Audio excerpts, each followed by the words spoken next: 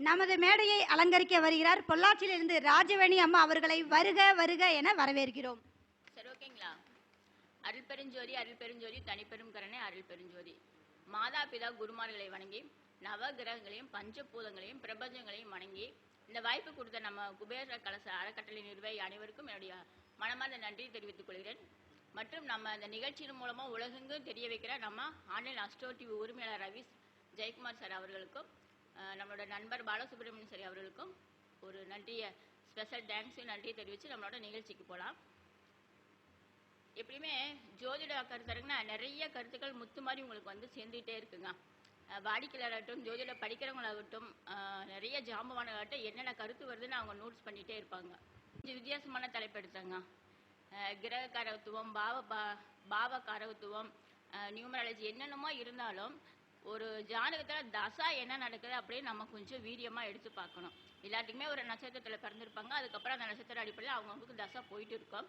அந்த தசை ஒற்றைப்பட தசையா இரட்டைப்பட தசையா? இப்போ நமக்கு ஒரு சூரிய தசை நடந்துச்சுன்னா அந்த சூரியன் 6 வருஷம் நமக்கு வந்து பொருளாதாரத்தை கொடுப்பாரா, உடல் ரீதியான சுகங்களை கொடுப்பாரா, நமக்கு ஒரு வீடு வண்டி வாங்குற யோகத்தை கொடுப்பாரா, இல்லை நமக்கு ஒரு கடன் கொடுக்குற யோகத்தை கொடுப்பாரா, இல்லை ஊரை விட்டு வெளியூர் போகிற யோகத்தை கொடுப்பாரா? நமக்கு 6 வருஷம் சூரிய தசை என்ன கான்செப்டில் நம்மளை வச்சு நடத்த போகிறாரு அப்படிங்கிற ஒரு தீர்மானமான முடிவு நமக்கு தெரிஞ்சாதான் அந்த சூரிய தசையை நம்ம இயக்க முடியும். இதான் தசையோட வலிமை. ஒவ்வொரு தசைகள் கோழியை கொடுக்குற தசைகளும் இருக்கும், ஒரு தசைகள் தெரு கோழியில் கொண்டு போய் நிற்கிற தசைகளும் இருக்கும். அப்போ ஒரு ஜாதகம் நம்ம எடுத்த உடனே, அதாவது வாடிக்கையாளராகட்டும் பொதுமக்களாகட்டும் ஜோதிடராகட்டும் எடுத்துன்னு தசை தான் பார்ப்பாங்க. வாடிக்கையாளரை வந்து ஒரு ஜோதிட போகிறப்ப எனக்கு என்ன தசை நடக்குது, அந்த தசை எனக்கு எதை பற்றி நடந்துட்டு இருக்கு, நான் இதை வச்சு என்ன பண்ண முடியும் அப்படின்னு நீங்கள் தெளிவாக ஒரு முடிவோடு இருந்தீங்கன்னா மட்டும்தான் அந்த தசையை வச்சு நீங்கள் அடுத்த லெவலுக்கு போக முடியும். ஏன்னு கேட்டிங்கன்னா, நேற்று நான் 2 ஜாதகம் பார்த்தேன். ஒரு 34 வயசு, 2 பேருமே 34 டு 35 வயசுக்குள்ள 2 ஆண்களுமே. ஒரு ஆணுக்கு வந்து குரு பகவான் தசை ஓடிட்டு இருக்கு. குரு வந்து 2, 4, 6, 8, 10, 12. நாங்கள் எப்பவுமே கேபி சிஸ்டத்தில் தான் பார்ப்போம். கேபியில் வந்து ஒற்றைப்படை ரெட்டைப்படைன்னு 2 வகையாக இருக்கும். ஒற்றைப்படை அப்படின்னா நம்ம அகம் சார்ந்த, அதாவது நம்ம உடம்புல என்னென்ன சந்தோஷங்கள் அனுபவிக்கிறோம், நம்ம வாழ்க்கை பிரச்சனை என்னென்ன இருக்குது, குழந்தை வாய்ப்பு, நம்மளோட அகம் சார்ந்து அப்படின்னா நம்ம என்னென்ன சந்தோஷங்கள் அனுபவிக்கிறோம் அப்படிங்கிறது அகம் சார்ந்தது.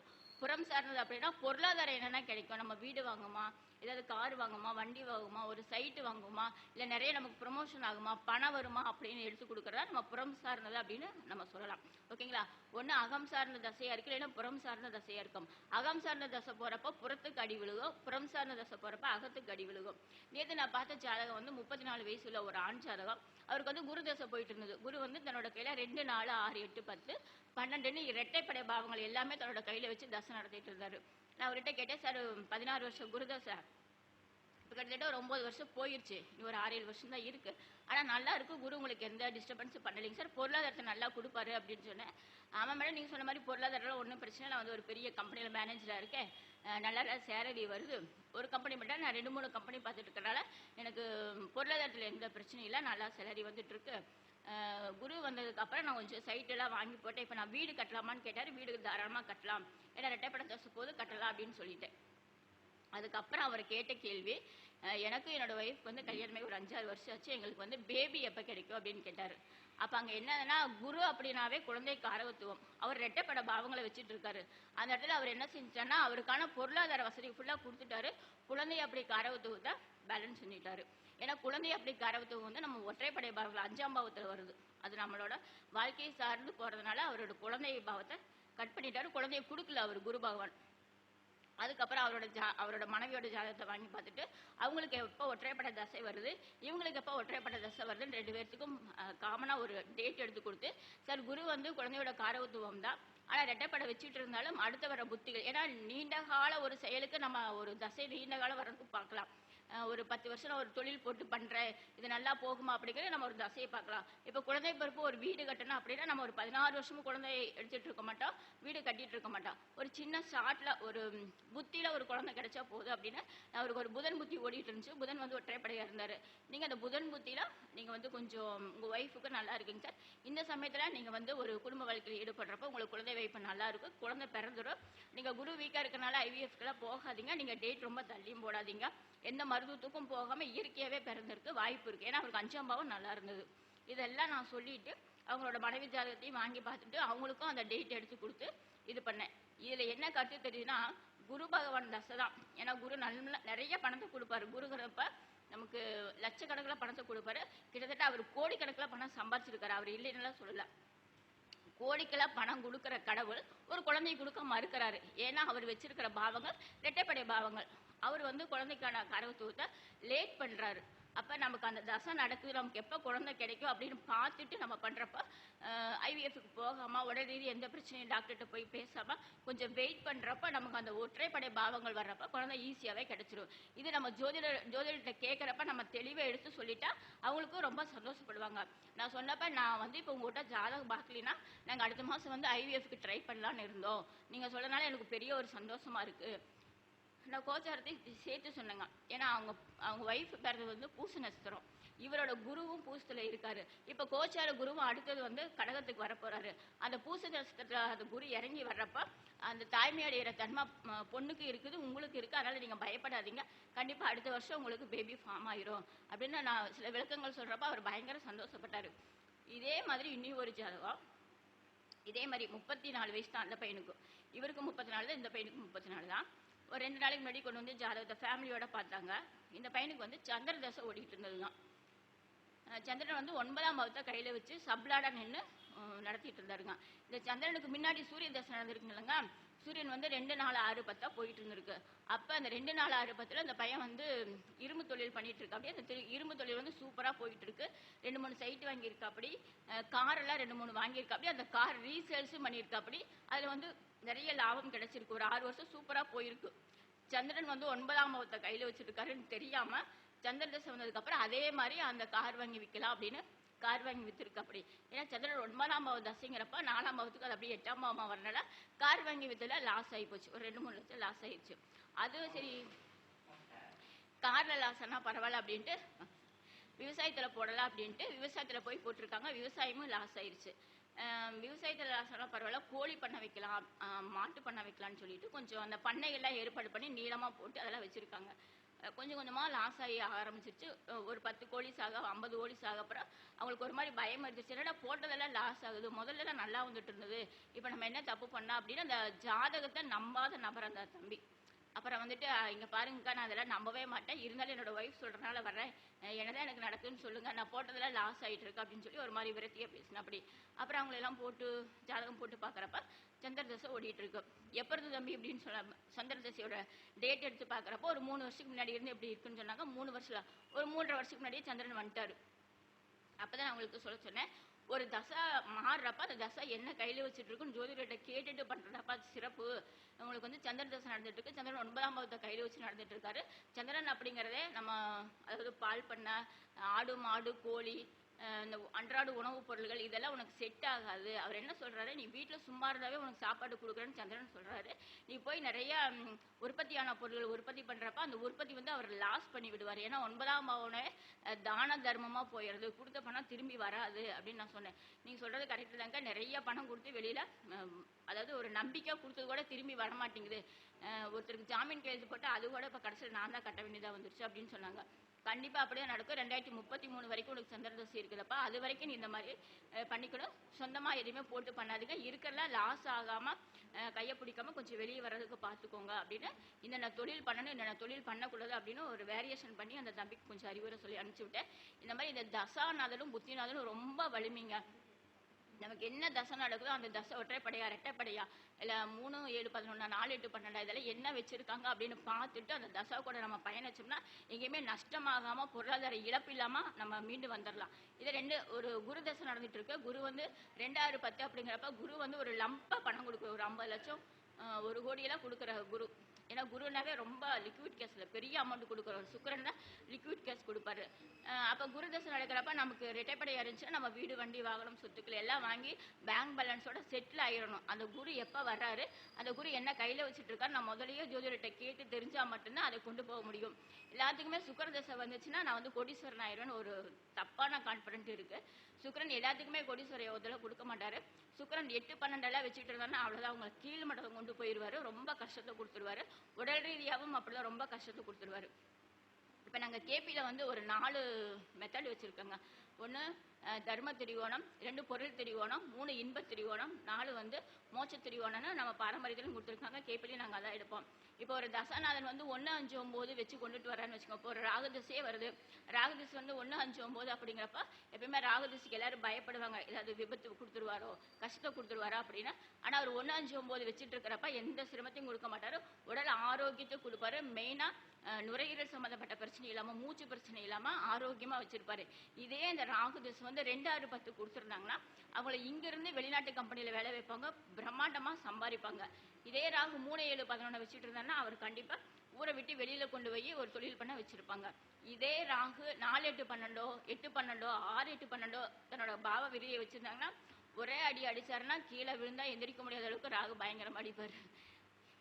நுரையீரல் சம்பந்தப்பட்ட பிரச்சனையெல்லாம் கொடுப்பாரு. உடல் ரீதியான பிரச்சனையெல்லாம் பயங்கரமா கொடுத்துருப்பாரு. ஏன்னா ராகு பகவானாவே பிரம்மாண்டம். ஓகேங்களா? இப்ப கூட நம்ம கோச்சாரத்துல ராகு தன்னோட சுயசாரத்துல இருக்கிறாரு. செவ்வாய் சுயசாரத்துல இருந்து இப்ப மீண்டு வந்துட்டார், புரட்டாதிக்கு வந்துட்டாரு. இருந்தாலும் செவ்வாயும் ராகு சுயசாரத்துல கொஞ்ச நாள் இருந்ததுனால நமக்கு உலக பொருள் நிறைய அங்கங்க அந்தந்த நாட்டு மேல போட்டு கொடுத்துட்டு இருக்கிறாங்க. இது ராகு சுயசாரம் இருந்தாலே இந்த சிரமத்தை கொடுக்கும். ஓகேங்களா? அப்ப ராகு திசை வந்து 2, 6, 10, 3, 7, 11, 1, 5, 9 இருந்தா அந்த மனிதன் வாழ்நாளிலே தப்பிச்சுக்கிறான். எனக்கு நிறைய தெரிஞ்ச ஜாதகங்கள் ராகு திசை போயிட்டு இருக்கு. ராகு ஏதாவது ஒரு 8ஆம் பாவத்தையோ 12ஆம் பாவத்தையோ வைக்கிறப்ப வாழ்நாளில 18 வருஷத்துல அவங்க ஏதாவது ஒரு தடவைனாலும் அந்த விபத்தை சந்திச்சிடுறாங்க. எனக்கு ரொம்ப நெருங்கிய ஒரு பையனோட ஜாதகத்துல ராகு திசை கடைசிங்க. ராகு 18 வருஷம் ஃபுல்லா முடிச்சிட்டான். ராகுல செவ்வாய் கடைசியா வர்றப்போ ஒரு 10 நாள் இருக்கிறப்போ ஒரு ஆக்சிடென்ட், அந்த பையன் வாழ்நாள் எந்திரிக்க முடியாத அளவுக்கு ஒரு ஆக்சிடென்ட் பண்ணிட்டாரு. ஏன்னா அந்த ராகு பவன் வந்து 8ஆம் பாவத்தை கையில் வச்சுட்டு இருக்காரு. அந்த கோச்சார நிலையும் வர்றப்ப சேர்ந்து அடிக்கிறப்ப நம்ம மனுஷனால எந்திரிக்க முடிய மாட்டேது. அப்போ ஒவ்வொருத்தரும் தசாநாதனோட வலிமை என்ன அப்படின்னு பார்த்துக்கணும். இதே உங்களுக்கு சுக்கிரதசை 3, 7, 11 ஆச்சுன்னா கண்டிப்பா அவங்க வந்து லவ் மேரேஜுக்கு போயிடுறாங்க. வீட்டு விட்டு ஓடி போய் கல்யாணம் பண்ணிக்கிறாங்க. ஏன்னா போன வாரம் பார்த்த ஒரு பொண்ணோட ஜாதகம், அந்த பொண்ணுக்கு வந்து சுக்கிரதசை தான் ஓடிட்டு இருந்திருக்கு. 3, 5, 9, 11 தன்னோட கையில வச்சு தசை நடத்திட்டு இருக்காரு. வீட்டுல வந்து மாப்பிள்ளை பார்த்துட்டு இருந்திருக்காங்க. இந்த பொண்ணு வீட்டுல சொன்னா சங்கடப்படுவாங்களே அப்படின்ட்டு அந்த பையனை கூட்டிட்டு வெளியில போய் கல்யாணம் பண்ணிடுச்சு. கல்யாணம் பண்ணதுக்கு அப்புறம் தான் வீட்டுக்கு தகவல் தெரியுது. அவங்க நம்பவே இல்லை. என் பொண்ணு அப்படி இல்லை அப்படின்னாங்க. நாங்கள் முதலே ஜாதகத்தை சொல்லிட்டு இந்த பொண்ணுக்கு லவ் மேரேஜ் இருக்கு அப்படின்னா, ஆனால் அவங்க நம்ப மாட்டேன்ட்டாங்க. அதுக்கப்புறம் அந்த பிள்ளை கூட்டிட்டு போய் கல்யாணம் பண்ணதுக்கு அப்புறம் தான் பொண்ணு வந்து இப்படி வெளியில போயிடுச்சு அப்படின்னு அவங்களே ஒத்துக்கிறாங்க. அப்ப அந்த தசாநாதன வலிமை என்னன்னு நம்ம பார்த்துட்டோம்னா, ஒரு ஒரு பொண்ணுக்கு பொருத்தம் பார்க்க வந்திருந்தாங்க. நான் சொன்னேன், பொண்ணுக்கு பொருத்தம் பார்க்கறத விட பொண்ணுகிட்ட ஓகேவான்னு கேளுங்க. பொண்ணு ஒரு பையனை லவ் பண்ற மாதிரி தெரியுது. ஏன்னா 5, 7 ஓடிட்டு இருக்கு. அது என்னன்னு நீங்க கேட்டுட்டு அதுக்கப்புறம் நீங்க திருமணத்துக்கு போங்க அப்படின்னு நான் சொல்லியிருந்தேன். அவங்க சொன்னாங்க அப்படியெல்லாம் என் பொண்ணு கிடையவே கிடையாது, நாங்க அப்படியெல்லாம் வளர்த்தவே இல்லை. சென்னையில வேலை பார்த்துட்டு பொட்டாட்ட போயிட்டு பொட்டாட்ட வர அப்படின்னு சொன்னாங்க. நான் இல்லைங்க, நீங்க சங்கடப்படாதீங்க, கோச்சிக்காதீங்க, ஒரு மாசம் 2 மாசம் டைம் எடுத்துட்டு கூட அப்புறம் மாப்பிள்ளை பாருங்க அப்படின்னு. ஆனால் அவங்க நம்பல. மாப்பிள்ளையெல்லாம் பார்த்து பேசி கிட்டத்தட்ட முடிவு பண்ணிட்டாங்க. அதுக்கப்புறம் பொண்ணு சென்னையில இருந்து வந்ததுக்கப்புறம் சொல்லுது, இல்லைம்மா நான் வந்து கூட வேலை செய்கிற ஒரு பையனை லவ் பண்ணுறேன் அப்படின்னு சொன்னாங்க. இவங்க மீண்டும் என்னை ஃபோன் பண்ணி அவங்க அம்மா பயங்கரமாக அழுகுறாங்க. நாங்கள் அப்படி வளர்த்தலை இப்படி நடக்கும் நாங்கள் நினைக்கவே இல்லை, இப்போ தலையே வெளிக்காட்ட முடியாது அப்படி இப்படின்னு நிறைய சொன்னாங்க. நான் சொன்னேன், நீங்கள்லாம் ஒன்றுங்க சொல்ல முடியாதுங்க. கிரகங்கள் அவங்களுக்கு என்ன போட்டிருக்கோ, கிரகங்கள் கோச்சாரத்தில் என்ன பண்ணுறாங்களோ, தசாநாதன் என்ன கையில் வச்சுட்டு இருக்காங்களோ அதான் கண்டிப்பாக நடக்கும். அது பொண்ணுக்கு 5, 7 ஏன்னா சனி தசையில் சந்திரன் புத்தி, சந்திரன் வந்து 5, 7 வச்சுட்டு இருக்கு. நீங்கள் ஓகே சொல்லினாலும் அந்த பொண்ணு அந்த பையனை கட்ட ரெடியாக இருக்கும் அப்படின்னு நான் அவங்களுக்கு விலாவாரியாக சொன்னேன். அப்புறம் அவங்களா மனசு மாற்றிட்டு அந்த பையனோட வீட்டில் போய் பேசி எல்லாம் பண்ணி இப்போ அவங்க திருமணத்துக்கு போயிருக்காங்க. அப்போ நம்ம கொஞ்சம் ஏமாந்துருந்தோன்னா அந்த பொண்ணு வந்து இஷ்டத்துக்கு கல்யாணம் பண்ணியிருக்கோம். அப்போ வீட்டில் வந்து ஒரு கஷ்டம் மனஸ்தாபத்தோட அந்த பொண்ணு வாழ்க்கை தொடங்கியிருக்கோம். இப்போ தெரிஞ்சதுனால குடும்பமாக சேர்ந்து லவ் மேரேஜ் வந்து அரேஞ்ச் மேரேஜாக பண்ணுறாங்க. ஓகேங்களா? இந்த மாதிரி ஒவ்வொரு தசை குறுகிய கால தசையும் இருக்குது, நீண்ட கால தசையும் இருக்குது. குறுகிய கால தசைனா சூரியன் ப்ளஸ் செவ்வாய் கேது இவங்களாம் ஒரு 7 வருஷம் தான். அந்த 7 வருஷத்துக்குள்ள இப்போ செவ்வாய் 7 வருஷம் அப்படின்னா நமக்கு செவ்வாய் என்ன பண்ண போறாரு அப்படின்னு நமக்கு தெரிஞ்சிருந்தா மட்டும்தான் செவ்வாய் திசையை நம்ம இயக்க முடியும். கிரகங்கள் நம்மளை இயக்குது, நம்ம இயங்கிக்கிட்டு இருக்கிறோம் அப்படிங்கிறது 100% உண்மை. அப்ப கிரகங்கள் நமக்கு என்னவா வச்சு இயக்குது, நம்ம அதுக்கு பின்னாடி என்னவா இயங்க போறோம் அப்படின்னு நம்ம தெரிஞ்சா மட்டும்தான் அந்த செவ்வாயோட 7 வருஷம் நம்ம என்னென்ன செய்ய முடியும் அப்படின்னு செய்ய முடியும். அது தெரியல அப்படின்னா நம்ம முதலீடு போட்டு நிறைய லாஸ் ஆயிடுவோம். இல்லை நல்ல தசையா இருக்கும், அதில் வர்ற பணங்களை நம்ம உதறித்தனமாக செலவு பண்ணிடுவோம். அடுத்து வர தசை அந்த பணம் கிடைக்காம இருக்கும். நிறைய பணம் வந்துச்சுங்க, நான் எனக்கு தெரியாமல் விட்டுட்டேன், இப்போ நான் பணத்துக்காக கஷ்டப்படுறேன் அப்படின்னு கிளைண்ட்டு சொல்லி அழுகிற கிளைண்ட்டு நான் பார்த்துட்டு இருக்கேன். அதனால ஒவ்வொருத்தரும் அவங்களோட தசா வலிமை என்னன்னு பார்த்துக்கோங்க. கோடிகளை கொட்டி கொடுக்குற தசைகளும் இருக்கும், நம்மளோட தெருக்கோடியில் கொண்டு போய் நிற்கக்கூடிய தசைகளும் இருக்கும். ஓகேங்களா? இப்போ நல்ல திசைகளுக்கு வந்து நம்ம எதுவுமே பண்ண வேண்டாம். எந்த கிரகங்கள் வந்தாலும் 6 8 2 6 10 6 10 2 11 3 7 11 இந்த மாதிரி வச்சுட்டு இருக்கிற தசாநாதன் அதாவது அந்த கிரகங்களுக்கு நம்ம எந்த பரிகாரமும் கோயில்களும் போக வேண்டியதில்லை. ஆனா எந்த தசை நடந்தாலும் அந்த கிரகம் 8 12 அப்படிங்கிறப்ப நமக்கு சரியான ஒரு அடி விழுக போகுது அப்படின்னு நம்ம மனசுல பயம் மட்டும் இல்லை, அதுக்கான ஒரு பரிகாரத்தை செஞ்சுக்கிறது நல்லது. நான் ரொம்ப சிம்பிளா அந்த பரிகாரத்தை உங்களுக்கு என்ன சொல்றேன். இப்போ வந்து 9 கிரகங்கள் இருக்கு. ஃபர்ஸ்ட் சூரிய பகவான் 8 12 வச்சிருந்தால் அப்படின்னா நம்ம என்ன செய்யணும். இப்போ ஒரு சூரிய தசை நடக்குது, ஒரு ஜோதிட்ட வந்து கேட்குறீங்க, அப்பா உனக்கு சூரிய தசை வந்துருச்சு, சூரியன் வந்து 8 12 வச்சுட்டு இருக்காருப்பா அப்படின்னு சொன்னா நம்ம உடனே பயந்துடக்கூடாது. அப்போ வந்து ஒரு கண்ணு பிரச்சனை வரும், 8 12 கண்ணு பிரச்சனை வரும், தந்தையோட பிரச்சனை வரும், எலும்பு சார்ந்த பிரச்சனை வரும். 8ங்கிறப்ப ஒரு விபத்தை கூட கொடுப்பாரு சூரியன். அப்போ அந்த சூரியனுக்கு நம்ம என்ன பண்ணனா, ஒரு கண் இல்லாதவங்களுக்கு போய் ஒரு உதவி செய்யலாம், இல்லை தந்தை இல்லாத குழந்தைங்க இருக்காங்க இல்லையா அவங்களுக்கு ஒரு உதவி செய்யலாம். காலையில் ஒரு சூரிய நமஸ்காரம் பண்ணலாம். இந்த மாதிரி சூரியன் காரகத்துவத்தில் நம்ம ஆக்டிவேஷன் பண்ணுறப்ப நமக்கு சூரிய தசை நடந்து 8 12 நடக்கிறப்ப சூரியன் நமக்கு வந்து ஒரு ப்ளஸ்ஸை கொடுப்பாரு. ரொம்ப அடிக்கிறத லைட்டாக அடிப்பார், அடி தாங்குற அளவுக்கு கொடுப்பாரு. ஓகேங்களா. இதே மாதிரி சந்திர தசை நடந்துட்டு இருக்கு, சந்திரனை 8 12 வச்சுட்டு இருந்தாரு அப்படின்னா நம்ம வந்து மனநிலை ஆசிரமத்துக்கு போய் அவங்களுக்கு ஏதாவது உதவி செய்யலாம், இல்லை நம்ம அம்மா வயசுல இருக்கிறவங்களுக்கு ஏதாவது ஒரு புடவை எடுத்து கொடுக்கலாம், அவங்களுக்கு ஒரு அன்னதானம் கொடுக்கலாம். இந்த மாதிரி ஒரு ஒரு சாந்தமாக இருக்க அம்மன் கோயிலில் போய் ஒரு தயிர் சாதம் இந்த மாதிரி இதெல்லாம் கொடுக்குறப்ப அந்த 8 12 வீரியம் வந்து குறையும். அதுக்காக நான் தயிர் சாப்பாடு கொடுத்துட்டு 8 12 நீ ஒன்றும் பண்ணாதெல்லாம் சொல்ல முடியாது. ஏன்னா சந்திரதசை 9ஆம் பாவத்தை கையில் வச்சுட்டு வந்ததுக்கு அந்த பையனுக்கு நிறைய லாஸ் ஆயிருக்கு. அப்போ இங்கே 8 12 வச்சுருந்தா 8 12 வச்சுட்டா இன்னும் அடி விழுந்திருக்கும். அப்போ அந்த அந்த மனநிலையை போயிட்டு வர்றப்ப என்ன நடக்கும்னா வீரியங்கள் குறைக்கப்படும். நடக்கிறத யாருனாலையும் தடுக்க முடியாது. நவகிரகங்கள் அடிச்சதான் கொடுத்தது தான். ஆனால் அந்த வீரியத்தை மட்டும் கொடுக்க முடியும். அவங்க அடிக்கிற நம்மளால தாங்குற சக்தி வந்து இவங்க கொடுப்பாங்க. ஓகேங்களா. அதே மாதிரி செவ்வாய் 8 12 ஒரு 6 8 12 அந்த மாதிரி வந்துட்டு இருந்தாருன்னா தசை வச்சு நடந்துருந்தா அந்த 7 வருஷம் முடிஞ்ச வரைக்கும் ஒரு அன்னதானம். இந்த செவ்வாய் அப்படிங்கிறது என்னோட ஆசனங்கிட்ட நான் படிச்சுட்டு இருக்கப்போ ஒரு ஜாதகத்தை போட்டு எங்கள் ஆசன் சொன்னார். இது ரொம்ப வித்தியாசமாக இருந்துட்டு அந்த ஜாதகம், நீங்கள் எல்லாருமே இதுக்கு பலன் சொல்லணும் அப்படின்னா நாங்களும் பலன் சொன்னோம். ஆனால் அந்த பாயிண்ட் மட்டும் எங்களால் பிடிக்க முடியல, அவர்னாலையும் பிடிக்க முடியாது, இந்த பாயிண்ட் என்னாலே எடுக்க முடியல, வித்தியாசமாக இருந்ததுன்னு சொன்னார். என்னங்கய்யா சொல்லுங்க அப்படிங்கிறப்ப அவர் சொன்னார், செவ்வாய் தசை ஃபுல்லாக வந்து அந்த பையனுக்கு மைனஸாக தான் போயிட்டு இருந்திருக்கு, அந்த பையன் சூப்பராக இருந்திருக்கிறான் அப்படின்னு சொன்னால் இதுக்கு எப்படி அர்த்தம் அப்படின்னு அந்த பையன்கிட்ட கேட்குறப்ப அந்த பையன் சொன்னால், எனக்கு செவ்வாய் தசை ஆரம்பிச்சிருந்து நான் ஒரு 250 தடவை ரத்த தானம் பண்ணியிருக்கிறேங்க அப்படின்னு சொல்லியிருக்கான். அப்போ அந்த 250 தடவை எப்படிங்க பண்ணீங்கன்னா, எப்போ கேட்டாலும் நான் போய் ரத்த தானம் பண்ணுவேன். அந்த 7 வருஷமா இன்னைக்கு கேட்டாலும் பண்ணுவேன், நாளைக்கு கேட்டாலும் பண்ணுவேன். கொஞ்சம் கொஞ்சமாக என்னோட ஒரு 2 லிட்டர் வேணாங்கன்னா 2 லிட்டர் எடுத்து வச்சுட்டு வேணுங்கிறப்ப அவங்க சேவ் பண்ணி வச்சுட்டாங்க. நிறைய தடவை என்னால் ரத்த தானம் கொடுக்க முடிஞ்சது. அது மட்டும் இல்லை, அதுக்கப்புறம் ராகு தசையில் நான் கொடுக்க ஆரம்பிச்சுட்டே இருந்தேன். அதனால் இப்போ எனக்கு எந்த பிரச்சனையும் இல்லை அப்படின்னாங்க. அந்த செவ்வாய் 8 12 இருந்தாலும் நம்ம ரத்த தானம் கொடுக்குறப்ப அந்த ரத்தம் மூலயமா நிறைய பேர்த்துக்கு உதவுறதுனால செவ்வாய் வந்து நம்மளை ஒரு வான் பண்ணி விட்டுறாரு, அடிக்க மாட்டாரு. சரி பொழைச்சிப்போ, நீ வந்து ரத்தத்தை நிறையா கொடுத்துருக்க, நிறைய பேர் உயிர் தப்பிச்சிருக்காங்க, அதனால நீ பொழைச்சிப்போ அப்படின்னு நமக்கு ஒரு சின்ன ஒரு விஷயத்தை மட்டும் கற்றுக் கொடுத்துட்டு விட்டுறாரு. இந்த செவ்வாய் எப்படின்னாவே என்னோட ஆசன் ஞாபகம் வரும். இது ரொம்ப ஒரு அற்புதமான எப்படி சொல்கிறது, ஒரு பரிகாரம் கூட வச்சுக்கலாம். இந்த செவ்வாய் தசை நடந்தால் ரத்த தானம் பண்ணுறது ரொம்ப சிறப்பாக கொடுக்குங்க. அதே மாதிரி புதன் வந்துட்டார், புதன் 17 வருஷ தசை, அவர் வந்து 8 12 வச்சுட்டு இருக்காரு அப்படின்னா ரொம்ப பயப்பட வேண்டியதில்லை. ஒரு காது கேளாதவங்களுக்கு ஒரு உதவி செய்யலாம், ஒரு தாய் மாமன் வகையில் இருக்கிறவங்களுக்கு ஏதாவது கஷ்டப்படுற குடும்பமாக இருந்தால் அவங்களுக்கு ஏதாவது உதவி செய்யலாம், ஒரு புத்தகங்கள் குழந்தைகளுக்கு வாங்கி கொடுக்கலாம். இதெல்லாம் புதனோட காரகத்துள்ள ஆக்டிவேஷன் பண்ணுறப்ப புதன் வந்து நமக்கு ரொம்ப சிரமத்தை கொடுக்க மாட்டார். அதே குருவாக இருந்துட்டு வச்சுக்கோங்க, ஏன்னா நான் மைனஸ் மட்டும் தான் சொல்லிட்டு இருக்கேன். ப்ளஸ்ஸாக இருக்கிறவங்களுக்கு அவங்க நம்ம கோடியில் கொட்டி கொடுத்துட்டு போயிடுவாங்க. மைனஸாக இருக்கிற தசைகளுக்கு மட்டும் இப்போ குரு 8 12 இருந்தாருன்னா ஒரு பிராமணுக்கு உதவி செய்யலாம். பிராமன் தோசை ரொம்ப பெரிய தோசைங்க. நம்ம ஒரு விசேஷம் வைக்கிறோம், அவங்ககிட்ட கணக்கு பார்த்தா கணக்கு கொடுப்போம். அவங்க 4000 சாமி 3500 வச்சுக்கோங்க அப்படிமா. அந்த இடத்துல விலை பேசாதீங்க, பிராமணுக்கான காசை கரெக்டாக கொடுத்துருங்க. ஒரு ஆடை தானம் பண்ணுங்க, பிராமணுக்கு அன்னதானம் பண்ணுங்க, இல்லையா ஒரு குழந்தைகளுக்கு வந்து அன்னதானம் கொடுங்க. இதெல்லாம் கொடுக்குறப்ப குருவோட ஆக்டிவேஷன் அதிகமாக இருக்கும். ஒரு ஆசானுக்கு நிறையா ஒரு மனசு நோகாமல் இது நடந்துக்கிட்டால் அந்த குருவோட இது நமக்கு நல்லா இருக்குங்க. அதே மாதிரி சனி பகவானுக்கு பயப்படாத உலகத்தில் யாருமே இருக்க மாட்டாங்க. 7.5 சனி, அஷ்டம சனி, எந்த சனி வந்தாலும் சனி அப்படின்னாலும் அட்டென்ஷன் போட்டு நமக்கு ஒரு சல்யூட் அடிக்கிற ஞாபகம் தான் வரும்.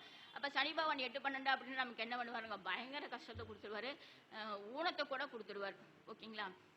அப்போ அவருக்கு என்ன பண்ணால் நம்ம அவருக்கு பிடிச்ச மாதிரி எங்கள் ஆசன் சொல்லுவார், சனி பகவான் தசை நடந்தால் கூட பெட் சைட்டில் கீழே கீழே படுத்துக்கலாம், நிலத்துல படுத்துக்கலாம், பெட்ல படுக்காதீங்க. ஏன்னா சனி பகவான் வந்து ரொம்ப ஏழ்மையை விரும்புவாரு. பெட்ல படுக்காம கீழே படுத்தாவே உங்களுக்கு கொஞ்சம் ப்ளஸ் பண்ணுவாரு அப்படின்லாம் சொல்லியிருக்காங்க. அந்த மாதிரி முதியோருக்கு உதவலாம், உடல் ஊனமுற்றோருக்கு உதவலாம்.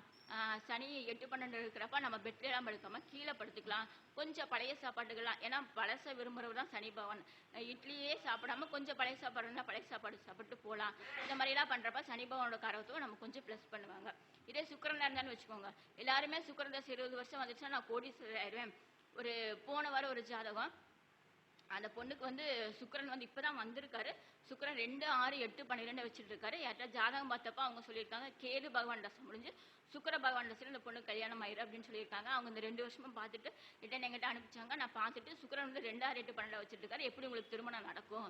சுக்கிரன் வந்து உங்களுக்கு திருமணத்தை நடத்தி கொடுக்க மாட்டாரு. ஏதாவது புத்திநாதன் தான் நடத்துவாரு அப்படின்னு சொன்னேன். அவங்க சொன்னாங்க என்னப்பா இப்படி சொல்ற, 20 வருஷம் சுக்கிர தசை டாப்ல இருப்பேன்னு சொன்னாங்க. நீங்க என்ன சுக்கிரன் ஒன்றும் செய்ய மாட்டேன்னு சொல்றாங்க அப்படின்னு சொல்றாரு.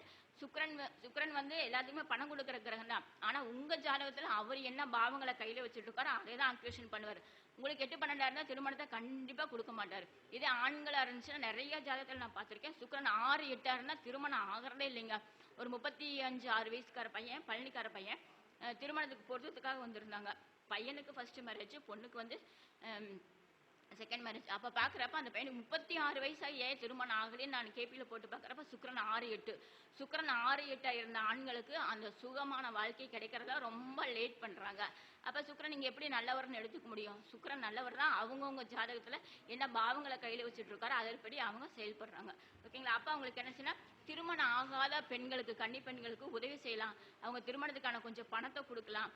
ஒரு மாங்கல்யில எடுக்க முடியல, அதில் எடுத்து கொஞ்சம் உதவி செய்யலாம். இதெல்லாம் செய்யறப்போ அந்த சுக்கிரனோட வலிமை கொஞ்சம் குறைஞ்சு நமக்கு திருமணத்துக்கான இது கிடைக்குது. ஓகேங்களா? அடுத்தது கேது பகவான்.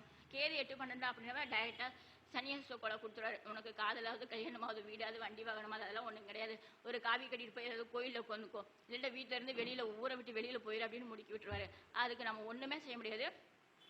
ஏதாவது ஒரு கோயில்ல சன்னியாச குளத்துல இருக்கிறவங்களுக்கு அவங்களுக்கு அன்னதானம் கொடுத்து அந்த சன்னியாச இதுல இருந்து நம்ம வெளிவர பார்த்துக்கலாம். ஓகேங்களா? நிறைய பேர் எனக்கு என் பொண்ணு வந்து கல்யாணத்துக்கு ஒத்துக்க மாட்டேங்குது, கல்யாணம் பிடிக்கல, பையன் கல்யாணத்துக்கு ஒத்துக்க மாட்டேங்கிறான், அவனுக்கு கல்யாணமே பிடிக்கல அப்படின்னு சொல்றவங்களுக்கு எல்லாம் கேதுவோட ஆதிக்கம் அதிகமா இருக்கும். ஓகேங்களா?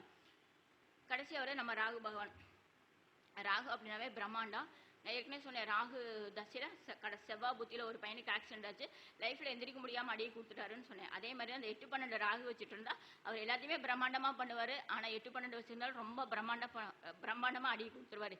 எப்படி கொடுப்பாரு? பெரிய பெரிய விபத்துக்களை கொடுப்பாரு. ரொம்ப லாஸ்.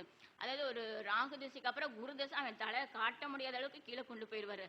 செவ்வாயில ஆஹா ஓஹோன்னு டாப்ல இருந்திருப்பான். ராகு வந்து இருக்கிறப்ப அவர் ஒரு அடி அடிச்சாருன்னா அவ்வளவுதான், கீழே லைஃப்ல எந்திரிக்க முடியாத அளவுக்கு கொடுத்துருவாங்க. இந்த மாதிரி இருக்கிறவங்களுக்கு வேற்று மதத்துக்காரங்களுக்கு ஒரு உதவி செய்யலாம். ஒரு முஸ்லீம் அண்ட் கிறிஸ்டின், ஏதாவது ரொம்ப கஷ்டப்படுற ஃபேமிலி நம்ம கண்ணுக்கு முன்னாடி தெரிஞ்சாங்க அப்படின்னா, நமக்கு ராகு தேசம் நடந்துட்டு இருக்கு, ராகு 8, 12 வச்சு ஓடிட்டு இருக்காரு அப்படின்னா, அந்த வேற்று மதத்திற்கு ஏதாவது உதவி செய்யறப்ப அவர் கொஞ்சம் கூலாகிறாருங்க. கூலாகி நமக்கு ஒரு பிளஸ் கொடுக்குறாரு. ஓகேங்களா? இந்த மாதிரி ஒவ்வொரு வாடிக்கையாளர்களும் தனக்கு என்ன தசை நடக்குது, என்ன புத்தி நடக்குது, அந்த புத்தி 2.5 வருஷம் எனக்கு என்ன செய்ய போகுது, அதை வச்சு நான் அடுத்து என்ன செய்ய போறேன் அப்படிங்கிற ஒரு கான்ஃபிடென்ட்டா நீங்க வந்து ஜோதிடத்தை கேட்டுக்கிட்டீங்கன்னா மட்டும்தான் உங்க வாழ்க்கையில அடுத்தடுத்து முன்னேற்றம் கொண்டு போக முடியும். ஓகேங்களா? இது வரைக்கும் நான் அந்த மாதிரி கேட்கலைங்க அப்படின்னா, இனிமேல் ஏதாவது கேட்கணும் அப்படின்னா நீங்க என்னோட வாட்ஸ்அப் நம்பர்ல என்னை கூப்பிடலாம். உங்களுக்கு கேபி முறையில உங்க ஜாதகத்தை போட்டுட்டு உங்களுக்கு என்ன தசை நடக்குது, என்ன புத்தி நடக்குது, அந்த தசை என்ன பாவங்களை கையில வச்சுட்டு இருக்காரு, அந்த புத்தி எத்தனை வருஷத்துக்கு இருக்கு, டேட் வரையும் நாங்க கொடுத்துருவோம். அந்த புத்தி உங்களுக்கு என்ன பண்ண போகுது அப்படின்னு நீங்க எடுக்கிறப்ப ஈஸியா அடுத்த லெவலுக்கு போக முடியும். இப்ப திருமணம் வந்து இந்த மாசம் இந்த தேதியில நடக்குன்னு நாங்க சொல்றதுக்கு காரணம், அந்த ஒற்றைப்படை தசையோ புத்தியோ வர்றப்ப இந்த டேட் எடுத்து கொடுத்தா திருமணம் நடக்குது அப்படின்னு நாங்க சொல்றோம். இப்ப குழந்தை பிறப்பு கூட முதல் சொன்னோம் இல்லைங்களா, அவங்க 2 பேருக்கு ஒற்றைப்படை எப்ப வருதோ அப்பதான் அந்த குழந்தை பிறப்பு வாய்ப்பு கிடைக்கும் அப்படின்னு நாங்க சொல்ல முடியும். அதனால நீங்க இதை தெரிஞ்சு கேட்டு புரிஞ்சு நீங்க செயல்பட்டீங்கன்னா வாழ்க்கையில மீண்டும் மீண்டும் முன்னேறலாம். முதலீடுகள் அதாவது முதலீடு போட்டு இழப்புகளை தவிர்க்கலாம். மேடம் சொன்ன மாதிரி சொந்த தொழில் பண்றவங்க போட்டு போட்டு லாஸ் ஆகிறத விட எனக்கு சொந்த தொழில் ஓகேவா, எனக்கு தசநாதன் நல்லா இருக்கா, ஏன்னா ஒரு சொந்த தொழில் பண்றேன்னா ஒரு 20 வருஷம் நல்லா போகணும், கடைசிக்கு ஒரு 10 வருஷம் நல்லா போனாதான் அதுல இருந்து லாபம் எடுக்க முடியும். அப்ப அந்த 10 வருஷம் நடக்கிற தசை எனக்கு நல்லா இருக்கா, நான் அப்ப சொந்த தொழில் ஆரம்பிக்கலாமா, போட்ட லாபத்தை எடுக்க முடியுமா அப்படின்னு ஒரு தடவைக்கு 2 தடவை நீங்க சர்ச் பண்ணி கேட்டுட்டு உங்க கையில பிடிமானமா எனக்கு சந்திர தசை நடக்குது, சந்திரன் 10ஆம் பாவத்தை வச்சு நடக்கிறாரு, இப்ப வந்து நான் உணவு சார்ந்த தொழில் பண்ணா நான் சூப்பரா ஜெயிச்சிருவேன் அப்படின்னு நாங்க சொன்னா உங்களுக்கு அந்த கான்பிடன்ட் வரும், நீங்களும் போட்டால் அந்த முதலீடு எடுத்துடலாம். ஓகேங்களா? ஒவ்வொரு ஜாதகக்காரங்களும் தன்னோட ஜாதகக்காரங்கள்ட்ட தசை என்ன, புத்தி என்ன, அவங்க என்ன பாவங்களை கையில் வச்சுருக்காங்கன்னு பார்த்து தெரிஞ்சு உங்களோட செயல்பாடுகள் நடத்துகிறப்ப இன்னும் மேலும் மேலும் சிறப்படையும் அப்படின்னு சொல்லி என்னோட உரையை முடிச்சுக்கிறேன். ஏதாவது டவுட்டாக இருந்தால் என்னோட ஃபோன் நம்பரில் கூப்பிடுங்க. கேபியில் ஏதாவது ஜாதகம் போடணும் அப்படின்னா நீங்கள் சொல்லுங்கள், நாங்கள் போட்டு உங்கள் வாட்ஸ்அப்பில் அனுப்புகிறோம். ஓகேங்களா? இந்த வாய்ப்பு கொடுத்த குபேர கலச அறக்கட்டளை நிர்வாகிகள் அனைவருக்கும் என்னோட மனமார்ந்த மிக்க நன்றிகள். படபடன்னு பட்டாசாட்ட பொறிச்சிட்டாங்க. தொழிலை பற்றி தான் இன்னைக்கு காலையிலேருந்து ஓடிட்டு இருக்கு. நல்ல விஷயம். பிரபஞ்சத்துக்கு நன்றியை தெரிவித்துக் கொண்டு வாங்க. மிக அற்புதமாக பேசிய மேடம் அவர்களுக்கு நன்றியை தெரிவித்துக் கொண்டு பொன்னாடை போற்றும் மாடு சுதா மேடம் அவர்களை கேட்டுக்கொள்கிறோம்.